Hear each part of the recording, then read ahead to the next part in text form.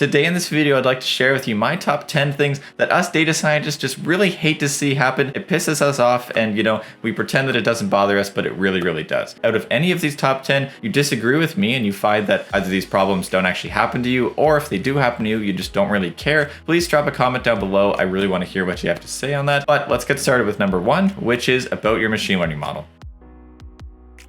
Now, although this is extremely common, it is very, very irritating when your machine learning model just doesn't do as you expect it to. Whether it's a first training run and you thought it was going to work and it didn't, or you've been iterating over days or weeks or months on various techniques, it can be very, very frustrating and worrisome, especially if you're in a company and they're kind of expecting you to figure this out. But don't worry, it is always a research thing. It is expected. These things just might not work. I'm curious if this has ever happened to anybody else, but it definitely has for me, where you go into a job where supposedly it's going to be TensorFlow, Keras, PyTorch, whatever, all these modern different techniques, and then you get there and actually everybody's using linear regression because people, especially managers, are kind of set in their olden ways. This really leads into number 3, which is in general that your company just does not budge. Probably the biggest perk of being a data scientist is that you can solve these many modern techniques and have a bunch of different ideas that could really help the company. And it can be really, really irritating when they just will not budge. And this happens especially in the biggest companies. You have to make a really strong case for yourself that this is going to provide a great impact in the company.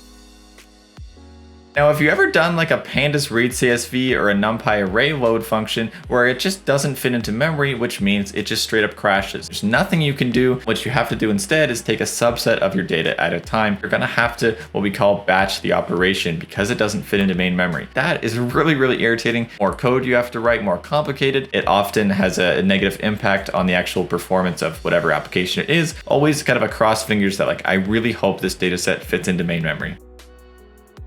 Something very closely related, if something is very big, generally it takes a long time to compute. And this is really, really irritating when you run like a Spark analytics job or a machine learning model run that takes literally hours and like a day or so to run. This is fairly common. Any tiny change, any tiny optimization that you want to try to make it better, you actually have to run the 12-hour job sometimes. It's really, really nice when you can just kind of test things on a smaller data set, but sometimes you're really stuck waiting 12 hours to see if this is going to work. Hopefully you can find something else to do in the meantime. Now, luckily for me, in the nature of my job, pretty much, I don't feel too many nerves anymore to do presentations. For years, I had a lot of trouble presenting confidently, always worried about, especially if it's involving code that you wrote, maybe there's just like a tiny possibility that there's a big error in your code that largely affected your results, either negatively or positively. That can be really scary going up and doing that. So I think it is a positive that you're presenting at all. I think it's a great character, personality building experience, but it can be really, really nerve-wracking. So I do resonate with you on that one.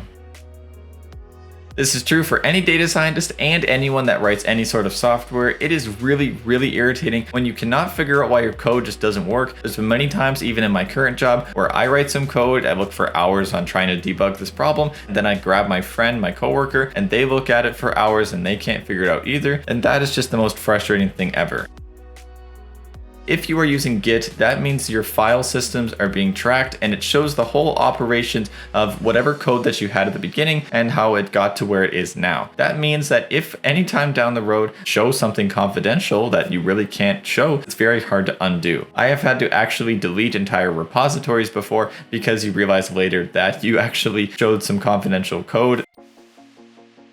Now, this is why hiring managers make such a big deal out of fitting the company culture because, yeah, anyone can learn technical skills, although it's great if you have as much coming in as possible. Any sort of communicational ability in general is extremely desirable, but each kind of group and company, there's just so many different personalities and biases out there, and sometimes it doesn't always mix the best. When you are in a team, you kind of pretend that you like everybody, and I am honestly blessed with my fantastic team that I absolutely love everybody right now, but in the past, for sure, you just don't like everybody and you have to pretend that you do, and that's a reality of it. But I really want to just give some advice here in that if you really don't resonate well with your team, I would try your best to find another one that you do, because it affects your mental health and your ability to actually perform and make any meaningful contributions a lot more than you might realize. Maybe it's just me, but I think it's really, really weird when you aren't subscribed to this channel. Just go do it. If you aren't already, you just click the button and that's all you have to do. And for those of you that have been for a while or just recently, I really love you. You're the best. And for the newbies, please, I love you too. Subscribe to the channel. I'll see you soon.